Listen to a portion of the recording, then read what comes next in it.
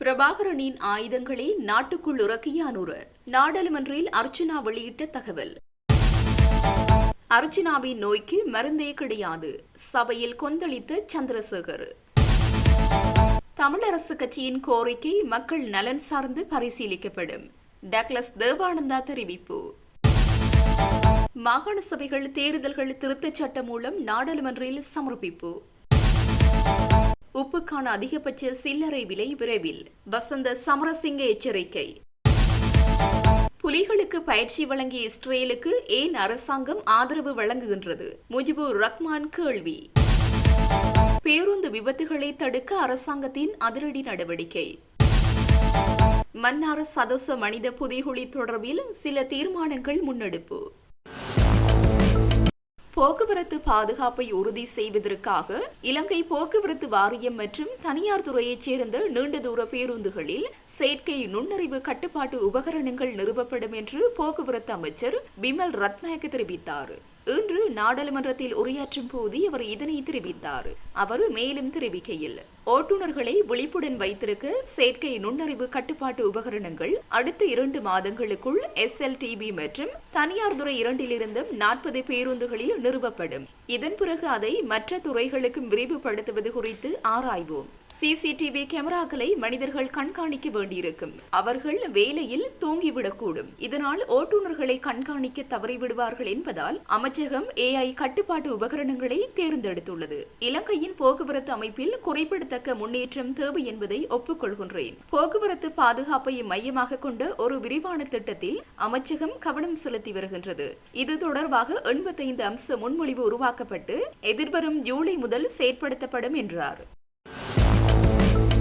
2009ஆம் ஆண்டுக்கு முன்னர் தலைவர் பிரபாகரன் தாய்லாந்தில் இருந்து கொண்டு வருவதற்கு தயாராக வைத்திருந்த ஆயுதங்களை ஜனாதிபதி அனுரகுமார திசாநாயக்க தற்போது கொள்கலன்கள் மூலம் நாட்டுக்கு கொண்டு வந்துள்ளதாக நாடாளுமன்ற உறுப்பினர் ராமநாதன் அர்ச்சுனா தெரிவித்தார். இன்றைய நாடாளுமன்ற அமர்வின் போதே அவர் இந்த விடயத்தை குறிப்பிட்டார். அத்துடன் ஜேர்மனியில் உள்ள தனது புலம்பெயர் மக்களும் மிகுதியான ஆயுதங்கள் அனைத்தையும் குறித்த கொள்கலன்கள் மூலம் அண்மையில் கொண்டு வந்துள்ளதாக தெரிவித்ததாக கூறியுள்ளார். அவர் மேலும் தெரிவித்ததாவது, சில மாதங்களுக்கு முன்பு 323 கொள்கலன்கள் வெளியே சென்றதாக ஒரு செய்தி வெளியானது. இப்பொழுது இதை சொன்னால் எனக்கு துப்பாக்கிச்சூடு நடத்தவும் வாய்ப்புண்டு. எனக்கு பாதுகாப்பும் வழங்கப்படவில்லை. இருந்தாலும் இதை சொல்லியே ஆக வேண்டும். தேர்தலுக்கு முன்பதாக எமது ஜனாதிபதி ஜேர்மனுக்கு சென்று புலம்பெயர்ந்தோரை சந்தித்தார். அப்போது இந்த நாட்டில் செய்ய முடியாத பல காரியங்களை செய்வதாக உறுதியளித்தார். அதன்போது தாய்லாந்தில் இருந்த கொள்கலன்களில் பிரபாகரனுடைய பொருட்கள் தான் இருந்தது. இதை நான் உறுதியாகவும் பயப்படாமலும் சொல்கிறேன். இதன் பின்னர் எனக்கு மரண அச்சுறுத்தல் வரலாம். ஆனாலும் எனக்கு பயமில்லை. 2009ஆம் ஆண்டுக்கு முன்னர் பிரபாகரன் கொண்டு வரவிருந்த பொருட்கள் தாய்லாந்தில் மிச்சமிருந்த நிலையில் அந்த பொருட்களை குமரன் பத்மநாதன் எனப்படும் KP மூலமாக இலங்கைக்கு கொண்டு வந்துள்ளார். இப்படிதான் மக்கள் பேசிக் கொள்கின்றார்கள். ஜெர்மனியில் உள்ள புலம்பெயர் குழுவினர் எனக்கும் தொடர்பு கொண்டு இந்த விடயம் பற்றி கூறினார்கள். இறுதியாக எஞ்சிய ஆயுதங்களை அந்த கொள்கலன்களில் தான் கொண்டு வந்துள்ளனர். ஆனால் என்னால் இதை நிரூபிக்க முடியாது. ஆனால் நான் பொறுப்புடன் தான் சொல்கின்றேன். அந்த 323 கொள்கலன்களிலும் எங்கள் பிரபாகரனுடைய ஆயுதங்களே இருந்துள்ளது. இதனை நான் பொறுப்புடன் கூறுகின்றேன் என்றார். අපි ඔය ඡන්ද කාලේ අවිල්ලා අපේ උතුරේ ඉන්න මිනිසුන්ට අපි කිව්වා ප්‍රභාකරන්ගේ ස්ටැචු එකක් හදනවා කියලා. එතරම් අපි සින්දු ගැව්වා මේ ප්‍රභාකරන් දෙයියෝ කියලා NPP එකේ JVP එකේ අප සින්දුව මං ගා තියෙන ඕන්න මට ටේබල් කරන්න පුළුවන්. අපි ප්‍රභාකරන්ට ලොකු ස්ටැචු එකක් හදනවා කිව්වා. ඒ තරම් සින්දු ගැව්වා මිනිසුන්ගේ පොළ ගන්න try කරා. හැබැයි එච්චර කරපු තද දාන්න එපා. ආරයි ප්‍රභාකරන්ගේ අම්මාගේ නමට අපි ජටි එකක් හදනවා කියලා කිව්වා. හැබැයි ඒ ජටිය හදන්න මිනිස්සු දැන් කියනවා මේ පාර්ලිමේන්තුව මම දැක්කා. එයාට ඒක අදාළ නැලු. එයා කිව්වේ නැලු ඒව එකක් සින්දු එකක්. NPP ගේ ලොගෝ එකක් දාලා එතරම් බොරුව කිව්වා. මට සමහර දේවල් මේක කියන්න කැමැතියි. දැන් සමහර මම කියන මාස 3-4කට කලින් කන්ටේනර්ස් 300 ගාණක් කියලා කතාවක් ආවා. හැබැයි මේක කියලා මං කිව්වොත් එම මට වෙඩි වදිනවා, මට ආරක්ෂාව දීලා නැහැ. හැබැයි මට මේක කියන්න කැමැතියි. මේගොල්ලෝ ඡන්ද ඉල්ලන්න කලින් ජර්මනි වලින් ගිහිල්ලා තිබ්බා. අපේ ප්‍රෙසිඩන්ට් ගිහිල්ලා තිබ්බා ජර්මනි එක. අපේ ඩයස්පෝරා එක හම්බුණා. ඩයස්පෝරා එක හම්බෙලා යම්කිසි ඒ කියන්නේ ඒගොල්ලන්ට කරන්න පුළුවන් කියලා මේ රටේ කරන්න බැරි දේවල් අපිට පොරොන්දුවක් දුන්නා එහෙම කරනවා කියලා. එතකොට තායිලාන්ත වලින් තිබ්බ කන්ටේනර් එක තිබ්බ බඩු ටික අපේ ප්‍රභාකරන්ගේ බඩු ටික මම මේක පැහැදිලිව සිංහලෙන් කියන්නම් මට මේකින් පස්සේ මරණ දර්ශනය එකයි ඒ වුණාට මට බය නැහැ. තායිලාන්තය වලින් ඉතුරු වෙලා අපි 2009ට කලින් ප්‍රභාකරන් ගෙන්නන්න try කරපු බඩු තායිලාන්තය වල ඉතුරු වෙලා ඒකේ කේපි කුමරන් පත්මනන අරහා දැනට ඒගොල්ලෝ ඒ කන්ටේනර් එකේ මෙහාට ගෙනලා තියනවා කියලා මිනිස්සු කතා වෙනවා. මටත් මගේ ඩයස්පෝරා එකකින් කතා කරලා කිව්වා ජර්මනි වල ඒ බඩු ටික අන්තිමට ඉතුරු වෙච්ච ආයුධ ටික ගිනියාවි ටික ඒ කන්ටේනර් එකට දාලා තමයි මේ ළඟදී ගෙනලා තියනවා කියලා. හැබැයි මට මේක ඔප්පු කරන්න බෑ. කිව්වා ඕ වගකීමෙන් කියන්නේ ගොඩක් වගකීමෙන් කියන්නේ එතකොට මම මේක කිව්වා කියලා තමයි කිව්වේ නැගිටිනවා කියලා මේක තමයි සිද්ධ වෙලා තියෙන්නේ. 300 ගාන කන්ටේනර් එකේ ආපු බඩු එක තිබ්බ අපේ ප්‍රභාකරන්ගේ ගිනියාවි ඒවා ඉතුරු වෙලා තායිලාන්ත වල තිබිලා ඒවා දැන් වලට ගිහිල්ලා ආපහු ගෙනලා දිනවා මේක. හැබැයි එහෙම කියලා ඔබතුමා ප්‍රකාශ ඔබ වගකීම් බාරගත යුතුයි. අනිවාර්යයෙන් මම සිංහලෙන් කිව්වේ වගකීම බාර ගන්නවා කියලා. එතකොට සිංහල තේරුණානේ. එතකොට ඒව දැන් කිව්වා කියලා මට දැන් මාව පාර්ලිමේන්තු මන්ත්‍රීකමක් අයින් කරන්න කියලා ඔය ඉන්න ආණ්ඩුවේ නඩුවක් දාලා තියෙනවා. මම ඒක කිව්වානේ. දැන් ජූනි 26 වෙනිදා මගේ නඩුව තියෙනවා. මට මම මේ තව එකක් කියලා මේ පාර්ලිමේන්තුවෙ ඉන්න ඉවත්ලා යන්නම්. ඒක අහන්න. මාව සෙප්තැම්බර් මාසේ 26 වෙනිදා මිනිස්සු ඒකේ අයින් වෙලා ලියුමක් ගාලා තිබ්බා පාලිතමයි පාලා කලින් හිටපු ලේකම්තුමා. හැබැයි ඊට පස්සේ මේ NBB එකම ගිහලා නඩුවක් දැම්මා මම ડોක්ටර් වෙලා ඉන්නකොට නොමිනේෂන් එකක් දැම්මා කියලා. ඒ නඩුව දැන් කෝට් ඔෆ් අපීල් එක යනවා. දැන් මම මේක කියපෙන්දා අනිවාර්යෙන් මාව ඉවත් කරනවා. ඒක කිසි අවුලක් නැහැ. පළාත් සභාවේ ඡන්ද තියෙනවා. අපි පළාත් සභාවේ බලගමු. හැබැයි වෙලා තියෙන්නේ මේකයි. දැන් කවුරු හරි කොන්ද පණ තියාගෙන ඇත්ත කියනවා නම් අපිට කැමති අපි කියන්නේ දැන් අපි සිංහල ජනතාවට කියන්නේ අපි රණ්ඩු වුණා මෙච්චර කාලේ අපි කිව්ව නෑ මගේ තාත්තා මරුණා 2009 තාත්තා කොටියක පොලිසියක ඉන්න කාලේ කකුලේ තුවාල වෙලා පදවිය හොස්පිටල් එකට ගෙනලා තාත්තාව එතනින් මරලා තියෙනවා අරගෙන ගිහිල්ලා කෑලි කපලා තියෙනවා හැබැයි එතරම් ඉඳන් මං කියන්නේ මොකද්ද දැනටවත් 2025 අපි එකට යමු කියලා කොච්චර පොරොන්දුවක් දීලා අපේ මිනිසුන්ගේ වෝට් එක අරගෙන අපි තුන් දෙනෙකුට දීලා තියෙනවා මේ වෝට් එකක් ජෆ්නාවල හැබැයි අපිට කිව්වා අපේ ප්‍රභාකරන්ගේ අම්මාගේ නමට ඕගොල්ලෝ මේකද දැන් අඩුම ගන්න ඕගොල්ලෝගේ රණවිරුවට අපි ප්‍රභාකරන් කියලා මේ පාර්ලිමේන්තුවේ කියනවා වගකීමයි අපි වගකීම බාර ගන්නවා අපි කියපු දේවල් ඔක්කොටම වගකීම බාර ගන්නවා හැබැයි ඕගොල්ලෝ 159ක් ඉඳගෙනවත් ඕගොල්ලෝම වෙනවට මරපු රණවිරුවෝ අපේ වෙනුවට නෙවෙයි අපේ වෙනුවට මරපු රණවිරුවෝ නවම්බර් 27 අද වෙනකන් අපි මතක තියාගන්නවා අද වෙනකන් අපි කියනවා අපේ ඒගොල්ලෝ අපේ අයියාලා අක්කාලා අපේ දරුවෝ කියලා හැබැයි ඕගොල්ලෝගේ වෙනුව මරිච්ච රණවිරුවට ඕගොල්ලෝට කියන්න බෑ රණවිරුවෝ කියලා. මම දන්නා එච්චර මට සිංහල බෑ. හැබැයි කියලා තියෙනවා සබලියෝ කියලා මොකරේ. අපි කවදාවත් මම මරණක මේ රටේ මං කියන්නේ අපේ වෙනුවට මරපු ආයේ සබලියෝ කියලා. ඒගොල්ලෝ රණවිරුවෝ. ඒ වගේම සිංහල ජනතාවෙන් එක්කෙනෙකුට අම්මා නැහැ, එක්කෙනෙකුට තාත්තා නැහැ, එක්කෙනෙකුට දුවක් නැහැ, එක්කෙනෙකුට පුතා නැහැ. එතකොට හිතලා බලන්න මම මේ පාර්ලිමේන්තුවෙන් බහලා යනකොට මට යුනිෆෝම් එකේ ඉන්න එක්කෙනා ආවිලා කියනවා ડોක්ටර් ඔයා ඇත්ත කියනවා. ඔයා ඇත්ත කියනවා. ඔයා අපේ කට්ටියව ගරු කරනවා. හැබැයි බලන්නකො අපි ඡන්ද දීලා 159 අවල තියෙනවා. හැබැයි මේගොල්ලෝ මොකද වෙන්නේ කියලා. දැන් බලන්න. දැන් දකුණේ විනාඩි 2යි කරු මන්ත්‍රීතුමා විනාඩි 2යි තව. thank you. මම දැක්ක දකුණේ දැන් පරණ ඔයගොල්ලෝගේ දේශපාලනය තරහ මැතේ දෙන්නෙක් ගිහිල්ලා දාලා තියෙනවා මේ හිරේ. ඊට පස්සේ චාමර මන්ත්‍රීතුමා දැම්මා. කවුද මෙයා හැබැයි ආය යන්න එන්නේ මම දන්නේ නැහැ මොකද සිග්නල් කේස් එක හරි මොකද කේස් එකට මාව දානවා හැබැයි මමත් කවදාද එළියට එනවා මම දන්නවා දැන් කොහමරි ජූනි 26 වෙනිදා මට නඩුවක් තීන්දුවක් කරනවා ඔයා අද ඉඳන් පාර්ලිමේන්තුව ඉවත් වෙනවා කියලා එහෙමනේ වෙන්නේ මේ රටේ මම කවදාවත් පොලිටික්ස් කරලා නැහැ මම කවදාවත් අවුරුදු 39ක් මම වෝට් කරලා නැහැ මේ රටේ මට විශ්වාසයක් නැතුව ගියා මේ 2009 ඔක්කොම ඉවරනාට පස්සේ මගේ තාත්තාව එක්ක අරගෙන ගිහිල්ලා කෑලි කැපුවාට පස්සේ මම ගිහිල්ලා ඒ BST එක අරන් බලුවා හොස්පිටල් එක මම ડોක්ටර් කෙනෙක් මං ගිහිල්ලා මගේ තාත්තාගේ BST අරන් බලුවා තාත්තාගේ බඩේ තුවාල වෙලා තියෙනවා ඊට පස්සේ BST එක කිසි දෙයක් නැහැ එතකොට මම දැක්කා තාත්තාට බඩේ තුවාල වෙලා තියෙනවා කකුල ඇම්පියුටේට් කරලා තියෙනවා තාත්තා නැහැ මගේ තාත්තා නැහැ එතකොට මගේ කොච්චර පපුව රිදෙනවා කියලා කියන්නකෝ ඒ නිසා තමයි මේ පාර්ලිමේන්තුව ඇවිල්ලා අපි කියන්නේ මේකයි වෙලා තියෙන්නේ දැන් මේ ඕගොල්ලෝගේ ජනාධිපතිතුමා ආය යනවා ජර්මනි වලට මම පින්තූර පවා ඕන පෙන්නන්න මට පුළුවන් මට නඩුවක් දාන්න මේ මගේ මේ ස්පෙෂල්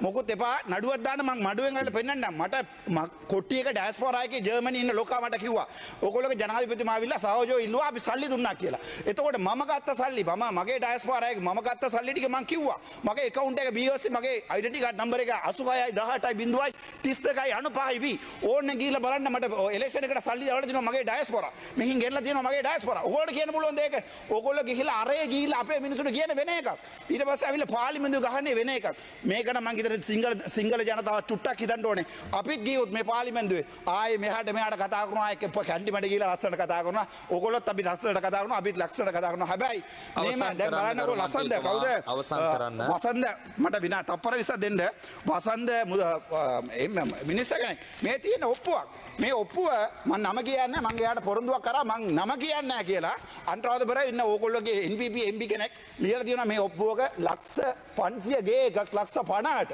හරිද එතකොට මේ කවුද වසන්ත හැමදෙම හැමදාම රාට වොෂ් එකක් දාන්න යනවා මං ගා වීඩියෝ එකක් තියෙනවා රාට ගිහිල්ලා උදේ එනකොට ලයිට් එක ඕෆ් කරන්නේ මම කෝට්ස් එක අන්තරාධපුර කෝට්ස් එකට ගිහලා එනකම මම දැක්කා ගේ එක ලස්සන ගේ එක තට්ටු දෙකක් ගේ එක පර්ච් 16යි ලක්ෂ 50ට ගන්න පුළුවන්ද මේ රටේ දැන් එක එකනාව අරන් දානවා මේ පැත්ත අරන් දානවා අර අනිත් පැත්තේ මේ පැත්තට අරන් දානවා දැන් අවසන් කරන්න මන්ත්‍රීතුමා අපරදාය මේකින් මැද අහුවලා අපි දමලා මිනිස්සු අපිට ඇත්ත කියන්නත් බෑ ඇත්ත කිව්වොත් කේසනවා ඇත්ත කිව්වොත් නඩුව දානවා හිරේ දානවා නැත්තම් අපේ ආරක්ෂාව අයින් කරනවා මොකද මේක වෙලා තියෙන්නේ මම හිතන්නේ මේකෙන් පස්සේ මට කතා කරන්න අවස්ථාවක් හම්බෙන්නේ නැහැ හැබැයි මේක තමයි ඇත්ත මේ රටේ ඇත්ත එක කියලා යන්න කැමතියි thank you පුතුලා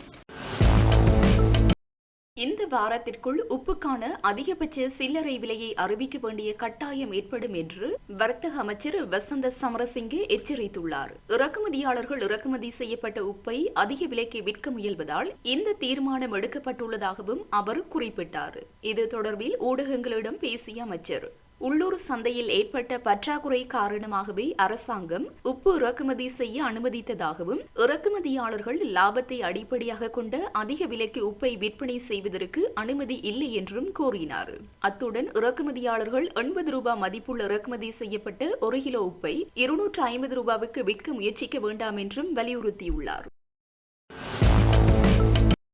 முன்னாள் ராஜாங்க அமைச்சர் சசீந்திர ராஜபக்ச லஞ்சம் மற்றும் ஊழல் விசாரணை ஆணைக்குழுவிலிருந்து வெளியேறியுள்ளார் சீனாவிலிருந்து தரமற்ற உரங்களை இறக்குமதி செய்ததால் அரசாங்கத்திற்கு நஷ்டம் ஏற்பட்டமை தொடர்பில் வாக்குமூலம் வழங்குவதற்காக அவர் லஞ்சம் மற்றும் ஊழல் விசாரணை ஆணைக்குழுவில் இன்று காலை ஆஜராகியிருந்தார் இந்த நிலையில் சசீந்திர ராஜபக்ச லஞ்சம் மற்றும் ஊழல் விசாரணை ஆணைக்குழுவில் 7.5 மணி நேரம் வாக்குமூலம் வழங்கிய பின்னர் அங்கிருந்து வெளியேறியுள்ளதாக தெரிவிக்கப்பட்டுள்ளது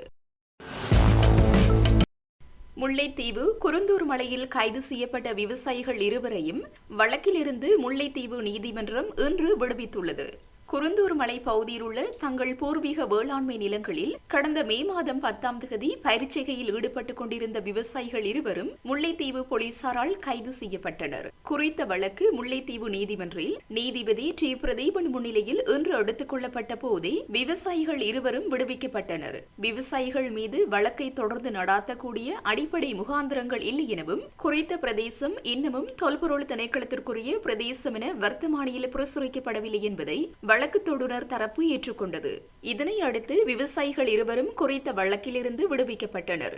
வழக்கில் விவசாயிகள் சார்பாக முல்லைத்தீவு சட்டத்திறனிகள் சங்கத்தின் 10க்கும் அதிகமான சட்டத்திறனிகள் முன்னிலையாகி வாதிட்டனர்.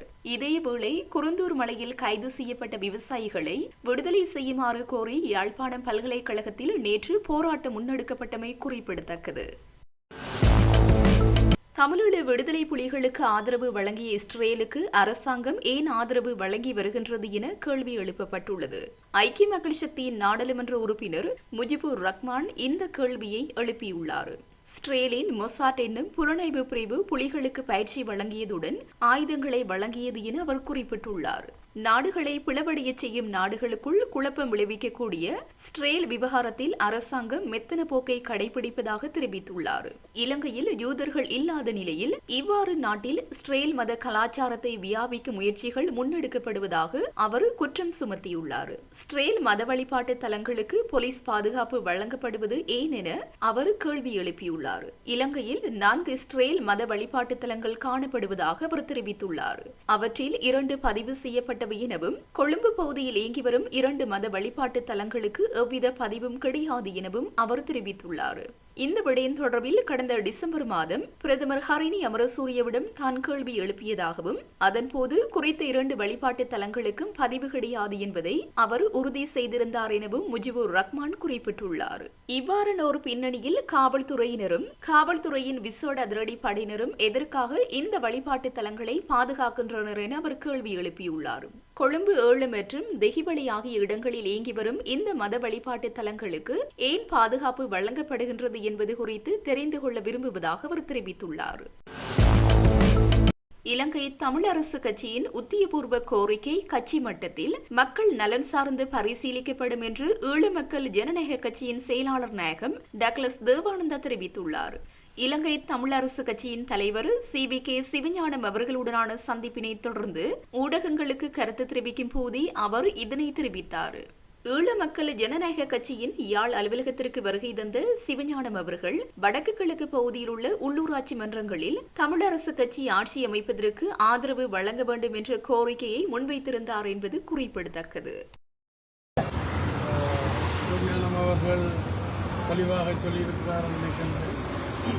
தமிழரசு கட்சியினுடைய சார்பாக தலைவராக அவர் தங்களுடைய கோரிக்கையை முன்வைத்திருக்கின்றார். நாங்கள் இந்த கோரிக்கையை எங்களுடைய கட்சி மட்டத்தில் கலந்துரையாடி நாங்கள் அந்த முடிவை விரைவில் அறிவிப்பதாக சொல்லியிருக்கோம். உங்களுக்கு இப்போ 2 தரப்பு உங்களிடம் கோரிக்கையை முன்வைத்ததாக செய்திகள் கிடைத்தது. யாருக்கு ஆதரவு அளிக்கக்கூடிய வாய்ப்புகள் அதிகம் இருக்கு? 2 தரப்பு முன்வைத்திருந்தாலும் ஒரு தரப்பு தமிழரசு கட்சி தான் நேரில் வந்து உத்தியோகபூர்வமாக கலந்துரையாடி இருக்கின்றார்கள். மற்ற தரப்பு சந்திப்பதற்கு கேட்டிருந்தார்கள். சந்திக்கலாம் என்று சொல்லியிருக்கின்றேன். இன்று நேற்றைக்கு சந்திக்கிறதுக்கான சூழல் இருந்தது. தடுக்க முடியாத காரணத்தால் தங்களால் வர முடியலை என்று சொல்லி இருந்துச்சினோம். இன்றைக்கும் பொன் சிவகுமாரன் அவர்களது அஞ்சலி நிகழ்வில் சந்தித்த பொழுது விரைவில் தான் சந்திக்க வர இருப்பதாக சொல்லியிருந்தார். நாங்கள் கொஞ்சம் நாள் இருக்கிறபடியினால் கோரிக்கைகளை நாங்கள் பரிசீலித்து நாங்கள் மக்கள் நலன் சார்ந்து முடிவெடுப்போம்.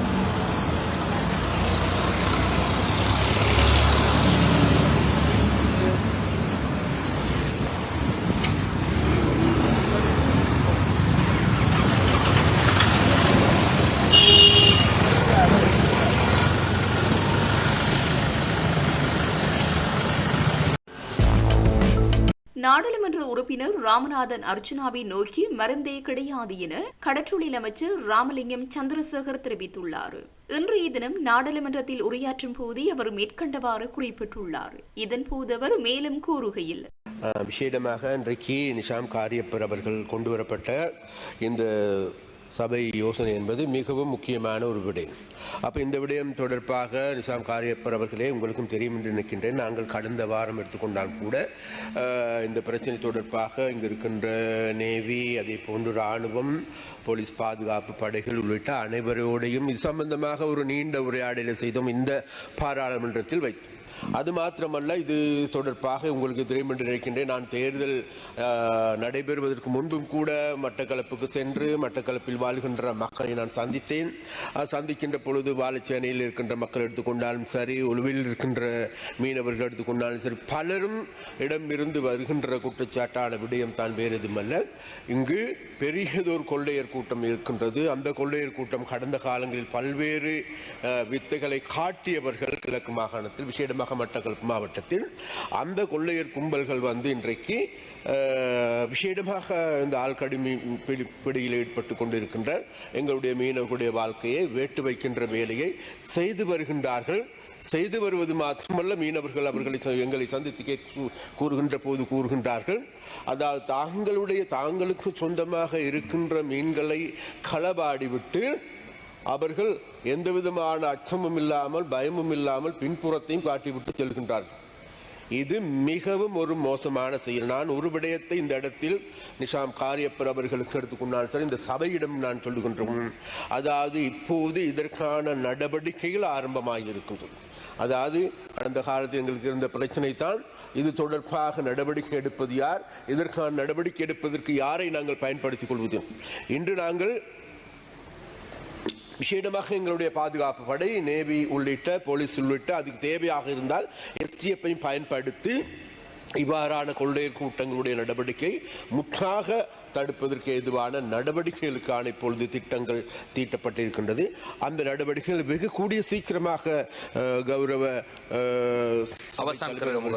வெகு கூடிய சீக்கிரமாக இடம்பெறும் என்பதையும் கூறிக்கொண்டு, அதே போன்று இப்பொழுது எனக்கு முன்பு பேசிய இன்னும் ஒரு, அதாவது கடந்த காலங்களில் இந்த நாட்டில் வசூல் மன்னனாக இருக்கின்ற ஒரு மன்னன் என்கின்ற நபர் மக்களுடைய பணத்தை களவாடிவிட்டு தேர்தலில் மோசடி செய்துவிட்டு இருக்கின்ற ஒரு மன்னன் எங்களை பற்றி பொய்யான குற்றச்சாட்டுகளை முன்வைக்கும். அதாவது அவ்வாறான குற்றச்சாட்டுகளை முன்வைக்கின்ற நபர், அதாவது அந்த நபருக்கு நாங்கள் சொல்லுகின்ற ஒரே விடயம் தான், வேறு எதுமல்ல. அதாவது இனிமேலும் பைத்தியம் விளையாட வேண்டாம். நீங்கள் பைத்தியம் என்பது எல்லோருக்குமே தெரியும். பெண்களை கண்டால் பைத்தியம் பிடித்து அலைகின்ற, தமிழர்களுக்கு எதிராக பைத்தியம் காட்டுகின்ற, அது மாத்திரமல்ல தமிழர்களுக்கு எதிராக பைத்தியம் காட்டுகின்ற, பெண்களை கேவலப்படுத்துகின்ற, மலையக மக்களை கேவலப்படுத்துகின்ற ஒரு நரித்தனமான நபர் என்றால் வேறு யாருமல்ல நீ என்பதும் இந்த சபைக்கு மாத்திரமல்ல எல்லோருக்கும் தெரியும். அதனால் தான் கௌரவ சபை தலைவர் அவர்களை நான் குறிப்பிட்டேன். நாய் வந்து தனது உண்ட உணவை மீண்டும் அது உண்டுமாக இருந்தால், தான் வாந்தி எடுத்து அது மீண்டும் அதை உண்டுமாக இருந்தால் அது அதற்கு தீர்க்க முடியாத நோய் இருக்கின்றது. அதனால் இவ்வாறான நபர்களுக்கு இவன் பைத்தியம் என்று எல்லோருக்கும் தெரியும், தனக்கும் தெரியும். ஆனால் தான் பைத்தியக்காரன் இல்லை என்று கூறுவதன் மூலமாக இவனுக்கு மருந்து கிடையாது. அதனால் உனது நோய்க்கு மருந்து கிடையாது தம்பி அவர்களே. அதனால் உனது மன்னனுடைய விளையாட்டை காட்டிக் கொண்டிருங்கள். எதிர்காலத்தில் யாழ்ப்பாணத்து மக்களை உங்களை அடித்து விரட்டப் போகின்றார். உன்னை யாழ்ப்பாணத்து மக்களை அடித்து விரட்டுகின்ற, யாழ்ப்பாணத்து பெண்களை கேவலப்படுத்திய உன்னை அடித்து விரட்டுகின்ற காலம் வெகு தொலைவில் என்பதை நினைத்துக்கொள். நீ நினைப்பது போல் நீ போடுகின்ற தாளத்துக்கு ஏற்ப ஆடுகின்ற நாய்கள் கிடையாது யாழ்ப்பாணத்து மக்கள். அதாவது நகையை விட கேவலமான வழிகளில் அங்கிருக்கின்ற மத தலைவர்களை கேவலப்படுத்திய நபர் நீ. அந்த நபருக்கு எதிர்வரும் காலங்களில் எல்லோருமே சேர்ந்து செருப்படி கொடுப்பதற்கு தயாராகி வருகிறார் என்பதை இந்த இடத்தில் நான் கூறிக்கொள்கிறேன். நன்றி. முக்கியமாக நிஷாம் காரியப்பர் எங்களுடைய சக பாராளுமன்ற உறுப்பினர் அவர்களுக்கு இந்த சிறப்பு பிரேரணையை கொண்டு வந்து விட்டு நான் மிகவும் சந்தோஷப்படுகிறேன். அண்மைய தினங்களிலே திருவோணமலை மாவட்டத்திலே ஒரு மீனவர் ஒருவருக்கு துவக்க சூடு, அதாவது துப்பாக்கி சூடு ஒன்று ஏற்படுத்தப்பட்டிருக்கிறது. முதலாவது விடயம்.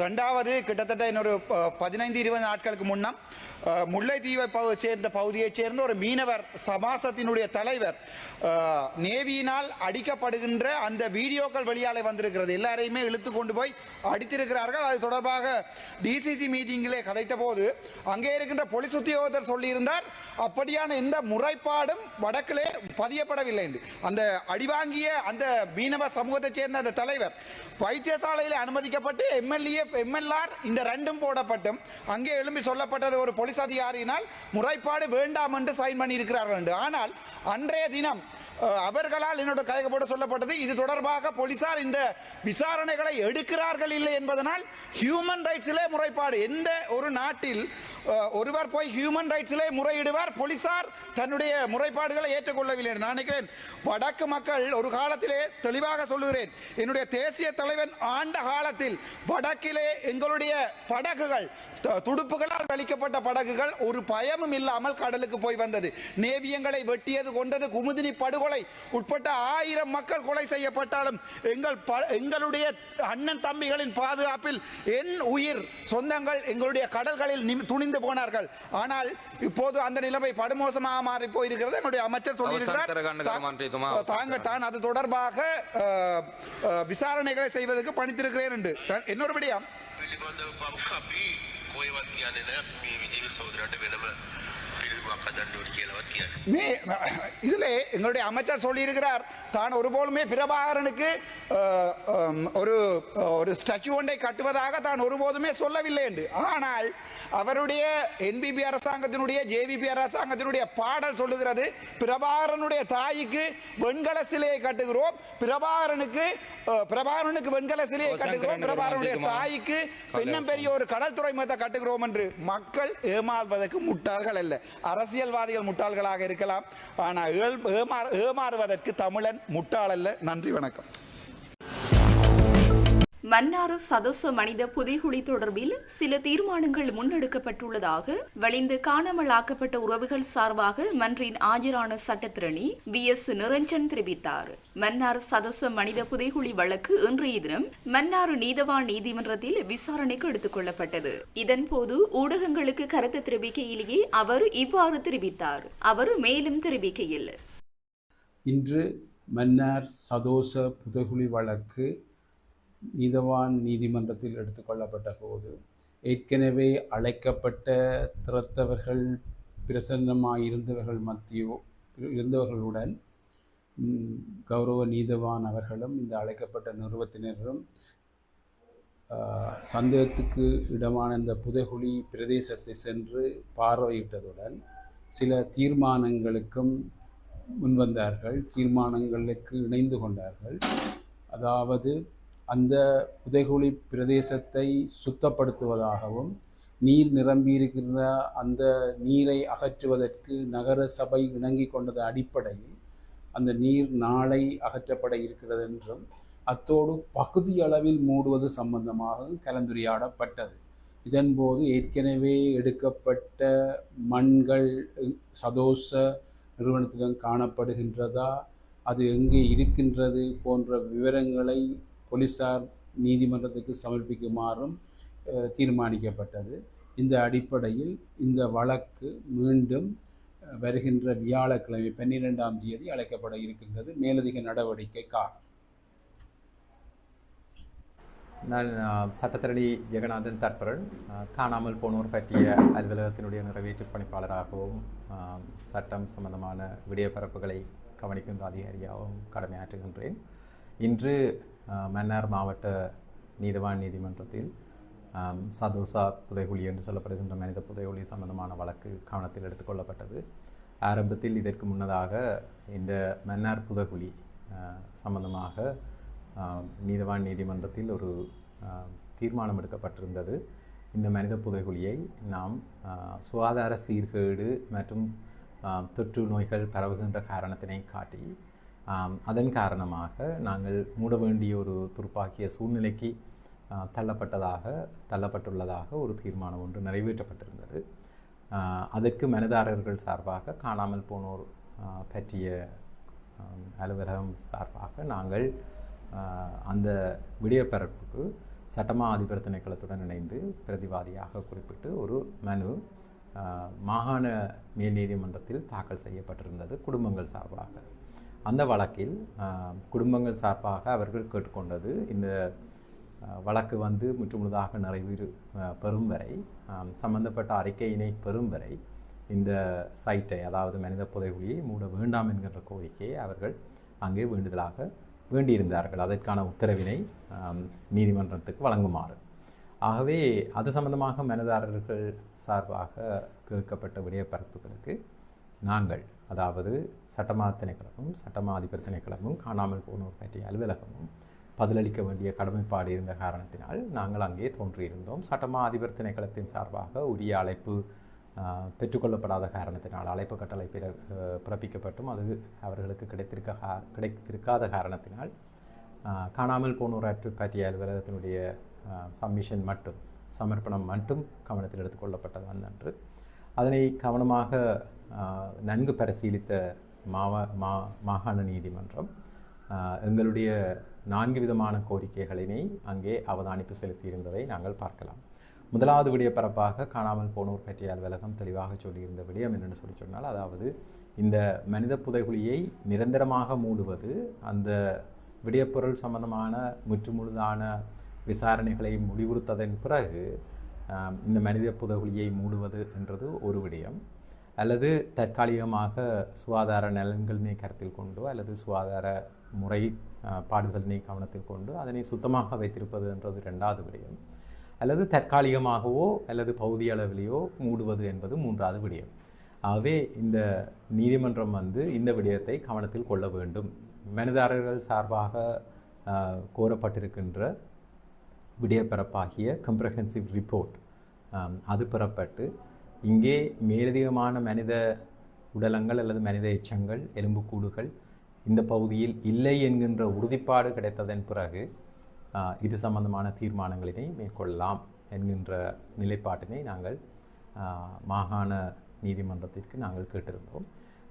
அதில் இந்த 3 விடயத்தை நாங்கள் தெளிவாக சொல்லியிருந்தோம். அதாவது பெர்மனன்ட்லி க்ளோஸ்ன்றது வேறு, நிரந்தரமாக மூடுவதுன்றது வேறு, அல்லது தற்காலிகமாக மூடுவதாக இருந்தால் அந்த பகுதியில் மேலதிகமான விசாரணைக்காக எந்த ஒரு தடயப் பொருட்களும் இல்லை என்பதனை உறுதிப்படுத்த வேண்டும். அதற்கமைவாக இன்று அந்த மாகாண நீதிமன்றத்தில் வழங்கப்பட்ட இடைக்கால தடை உத்தரவுக்கு அமைவாக இன்று நாங்கள் ஆரம்ப நீதிமன்றத்தில் வழக்கு எடுத்துக்கொள்ளப்பட்ட போது நீதவான் சகிதமாக சம்பந்தப்பட்ட திறத்தவர்கள் உட்பட்ட மனிதாரர்களும் மற்ற அரச தரப்பினரும் அந்த பகுதிக்கு விஜயம் செய்திருந்து எடுக்கப்படக்கூடிய முன்னாயத்த நடவடிக்கைகளையும் அவ்வளவு தூரம் அந்த மாகாண நீதிமன்றத்தில் வழங்கப்பட்ட உத்தரவை எப்படி நடைமுறைப்படுத்துவது என்பது சம்பந்தமாகவும் நாங்கள் அங்கே கலந்துரையாடியிருந்தோம்.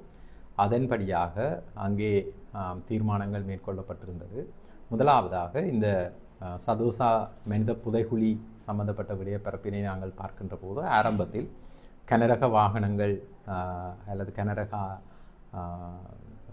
பெக்கோண்டு சொல்லப்படுகின்ற இயந்திரங்கள் பாவித்து மண் அகழ்வு பணிகள் இடம்பெற்ற காரணத்தினால் அங்கே உரிய சான்றாதார பொருட்கள் மண்ணுடன் கலந்து எடுக்கப்பட்டு இருக்கின்ற நிலைமையை பார்த்திருந்தோம். அந்த மண் ஏற்கனவே ஒரு பகுதியில் சேமிக்கப்பட்டு பாதுகாப்பாக வைத்திருக்கப்பட்டுள்ளதாக அறிக்கையில் குறிப்பிடப்பட்டிருக்கின்றது. ஆகவே அந்த பகுதி முதலாவது பகுதி. அதற்கு பிறகு மேலதிகமான மனித எச்சங்கள் மனித புதைகுழி காணப்படுகின்ற பகுதி சற்று அகலமாக்கப்பட்டது. ஆகவே அது 2வது பகுதி.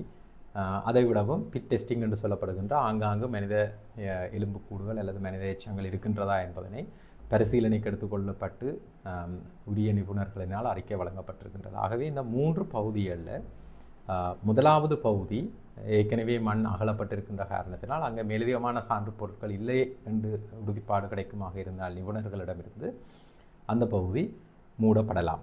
2வது பகுதி ஏற்கனவே அகழ்வாராய்ச்சி நடந்து கொண்டிருக்கின்ற பகுதி.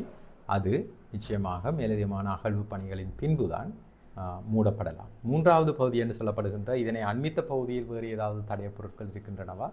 பேராசிரியர் ராஜ் சோமதேவ மற்றும் ராஜபக்ஷ அவர்களுடைய நிபுணத்துவ அறிக்கை கிடைத்ததன் பின்பு அங்கு வேறு ஏதேனும் ஆதாரங்கள் இல்லை என்று சொல்லி சொன்னால் அந்த பகுதியை நாங்கள் கைவிடலாம் என்கின்ற தீர்மானங்கள் இன்று மேற்கொள்ளப்பட்டது. அதிலேயும் ராஜபக்ஷ ஜேஎம்ஓ தெளிவாக சொல்லியிருந்தார். வைத்தியர் தான் ஏற்கனவே ராஜ் சோமதேவ சாரோட தொடர்பு கொண்ட போது இந்த தொல்லியல் சார்பான நியமங்கள் இந்த புதைகுழியுடன் பின்பற்றப்படுவதாக, அந்த நியமங்களுக்கு அமைவாகத்தான் இந்த புதைகுழி தொடர்ச்சியாக பின்பற்றப்படுவதாக. ஆகவே இந்த தேங்கி நிற்கின்ற நீரை வெளியேற்றுவதற்கோ அல்லது அந்த பகுதியை சுத்தம் செய்வதனாலோ அங்கே இருக்கின்ற தடயப் பொருட்களுக்கு எந்த ஒரு பாதிப்பும் இல்லை, பாதிப்பும் நடக்காது என்கின்ற உத்தரவாதத்தின் அடிப்படையில் நகராட்சி மன்றத்திற்கும் உள்ளூர் அதிகாரிகளுக்கும் உத்தரவு வழங்கப்பட்டது அந்த பகுதியை சுத்தமாக்கும்படி.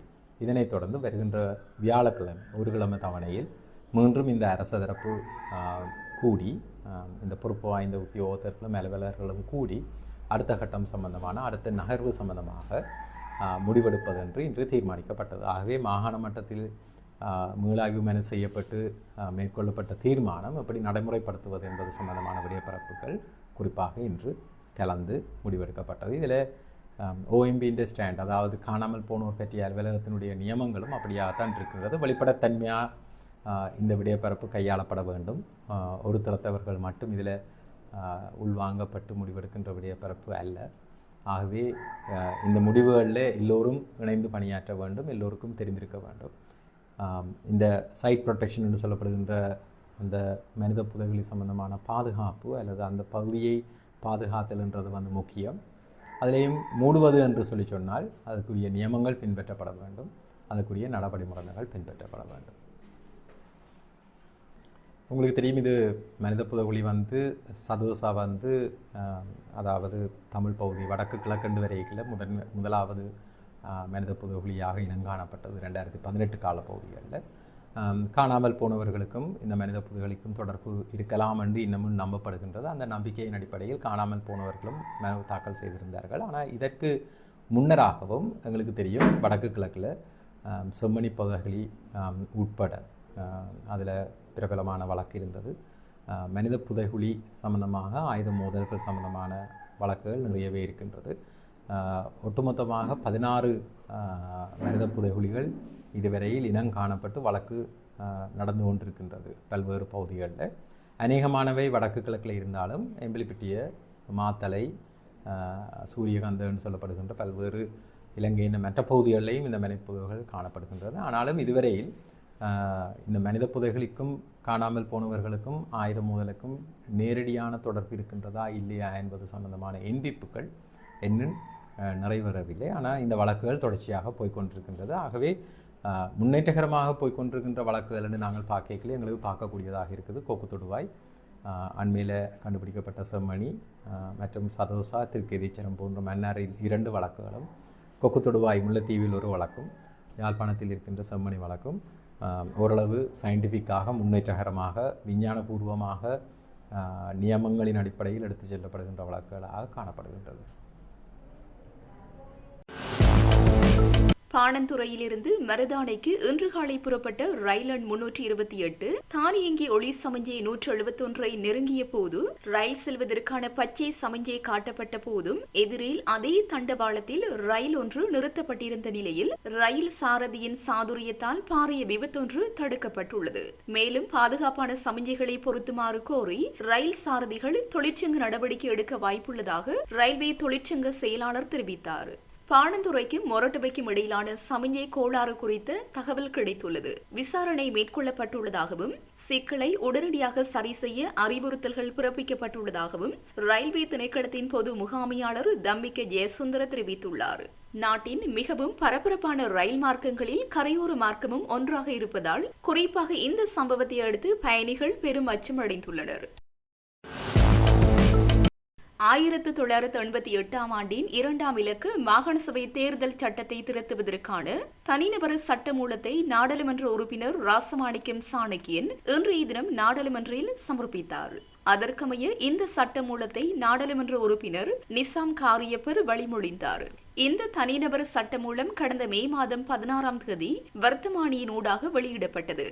தாமதமான மாகாண சபை தேர்தலை நடத்துவதற்கு தற்போதுள்ள தடைகளை இந்த சட்டம் மூலம் நீக்கும் என்று எதிர்பார்க்கப்படுகிறது. கம்பஹாவில் மகாபாகை போலீஸ் பிரிவுக்குட்பட்ட கெரகக பொக்குண பிரதேசத்தில் தனது தந்தையின் சகோதரியை வீட்டில் வைத்து கொலை செய்த நபரை மகாபாகை போலீசார் கைது செய்துள்ளனர்.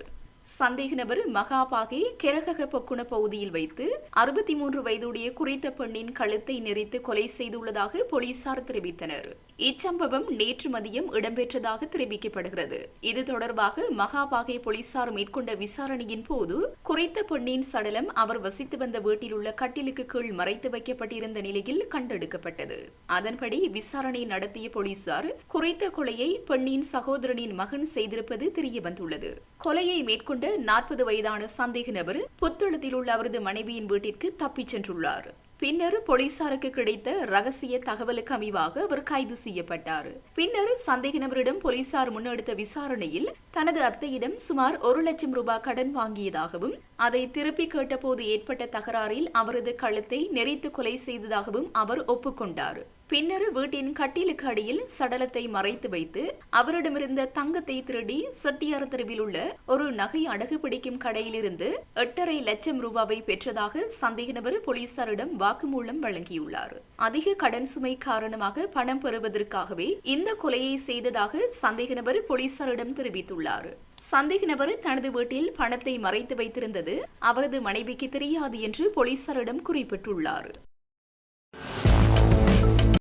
நிதி மோசடி தொடர்பான 2 முறைப்பாடுகள் தொடர்பாக 54 வயதான சீன பெண்ணொருவரை கொழும்பு மோசடி புலனாய்வு பணிகம் கைது செய்துள்ளது. ஆஸ்திரேலியாவுக்கு சுற்றுலா விசா வழங்குவதாக கூறி அந்த பெண் 1.5 மில்லியனையும் அமெரிக்க டாலர்களை வழங்குவதாக கூறி 1.916 மில்லியனையும் மோசடி செய்ததாக போலீசார் குறிப்பிட்டனர். கொழும்பு மோசடி புலனாய்வு பணிகத்திற்கு கிடைத்த 2 முறைப்பாடுகளின் அடிப்படையில் அந்த பெண் நேற்று கைது செய்யப்பட்டார். கைதின் பின்னர் கோட்டை நீதிவான் நீதிமன்றம் அந்த பெண் முன்னிலைப்படுத்தப்பட்ட போது நீதிவான் ஜூன் 11ஆம் தேதி வரை அவரில் காவலில் வைக்க உத்தரவிட்டார். இது தொடர்பான மேலதிக விசாரணைகளை கொழும்பு மோசடி புலனாய்வு பணிகம் மேற்கொண்டு வருகிறது. பிறந்து 2 நாட்களேயான குழந்தையை விற்க முயன்ற தாய்க்கு 7 வருடங்கள் கடூழிய சிறை தண்டனை விதித்து கொழும்பு மேல் நீதிமன்றம் இன்று தீர்ப்பளித்தது. குழந்தையை 75,000 ரூபாவுக்கு விற்பனை செய்ய முயன்ற வழக்கில் 46 வயதுடைய 3 குழந்தைகளின் தாயாருக்கே தண்டனை வழங்கப்பட்டுள்ளது. இந்த தீர்ப்பை கொழும்பு மேல் நீதிமன்ற நீதிபதி நவரத்ன மாரசிங்க வழங்கினார். குழந்தைகள் மற்றும் மகளிர் பணிக அதிகாரியொருவருக்கு அந்த தாய் தனது குழந்தையை விற்க முயன்றுள்ளார். இலங்கை தண்டனை சட்டத்தின் பிரிவு 360 கீழ் குற்றம் சாட்டி சட்டமா அதிபரால் தாக்கல் செய்யப்பட்ட வழக்கில் நீண்ட விசாரணைக்கு பிறகு இந்த தீர்ப்பு வழங்கப்பட்டது. சிறை தண்டனைக்கு மேலதிகமாக 20,000 ரூபாய் அபராதம் செலுத்தப்படாவிட்டால் மேலும் 6 மாதங்கள் சிறை தண்டனையும் விதித்து நீதிபதி உத்தரவிட்டார்.